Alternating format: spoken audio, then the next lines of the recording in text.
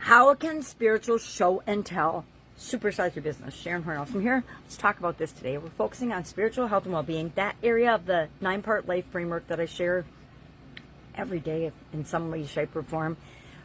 And today's topic with respect to spirituality is show and tell. Remember when you were in school, grade school probably, or kindergarten, and you went back to school after a summer off and everybody had to share what they did for their summer vacation or the highlights of that? That's a more advanced version of show and tell, but it is sharing what excited you, what you were curious about, what you did that was positive to you and helped you to become a better version of yourself, right, as a little kid.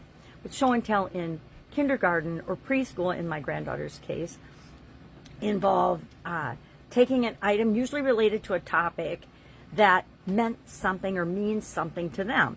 Now, it's interesting, what they pick isn't necessarily what we would pick as an adult, but it is something that excites them, they love, or they care about, and is important to them. And that's the importance of it, is letting other kids get to know one another by sharing what's important to them. We need to do that as adults too. So how do we do that, and why do we do that in our business, and why do we care?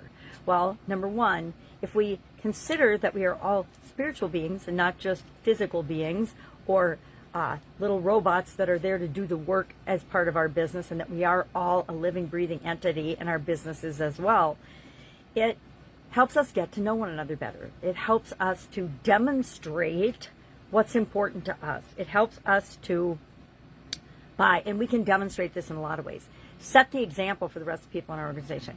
Just like with children, the people in our organization will only do what they see us doing.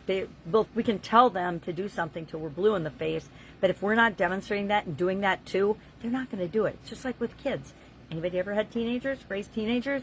Guess what? They will always do what they saw you do growing up and think that that's okay for them, whether you think it's okay for them or not, because people need to be consistent and share that and treat other people the way they want to be treated by setting the example.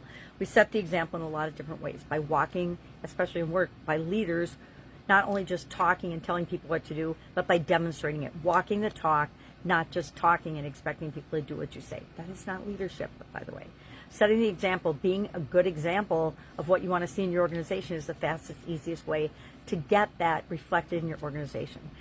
I was reading a post yesterday and watching a video about a new community that I'm a part of, the school community, and how the person was sharing their 8 biggest mistakes, which I love. I love when people share their mistakes, because guess what?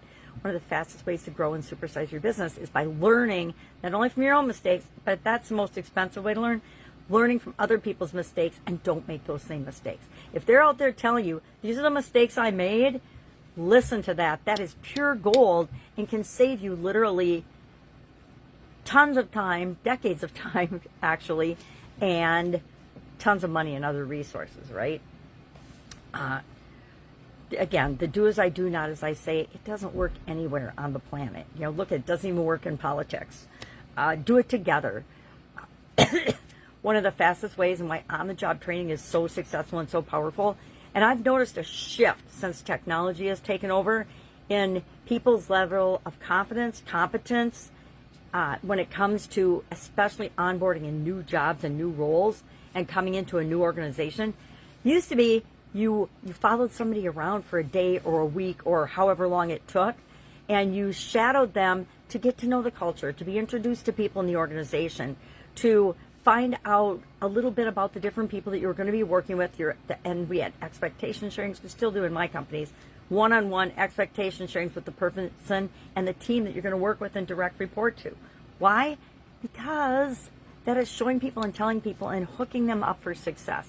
Nowadays, people just go in, they watch a day or maybe a week worth of videos on different topics about the organization, which are usually marketing type or formal human resource type presentations that mostly people fall asleep in, and they're not effective, and people are hitting the floor or hitting the ground, and we expect them to be running, and it's like after all that orientation and training, most of them are still like a deer in the headlights because they haven't gotten what they really need to become a part of the organization. Okay, I'm pontificating.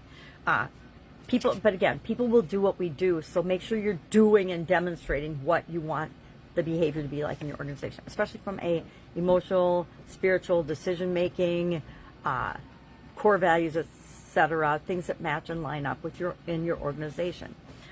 The other thing that I wanted to mention in this area is one of the best ways to teach anything, share anything, get people excited about anything is to demonstrate it. Do a demonstration. If we're not finding a way to demonstrate the value that we add to our customers, we're missing the boat. We're missing a huge opportunity.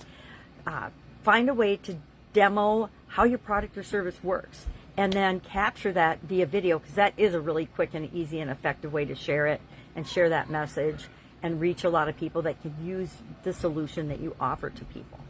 All right, so what are we doing today? We are going to practice what we're talking about. We are going to show and tell at least one person something today and see the impact that that has versus the way we might do things already or right now.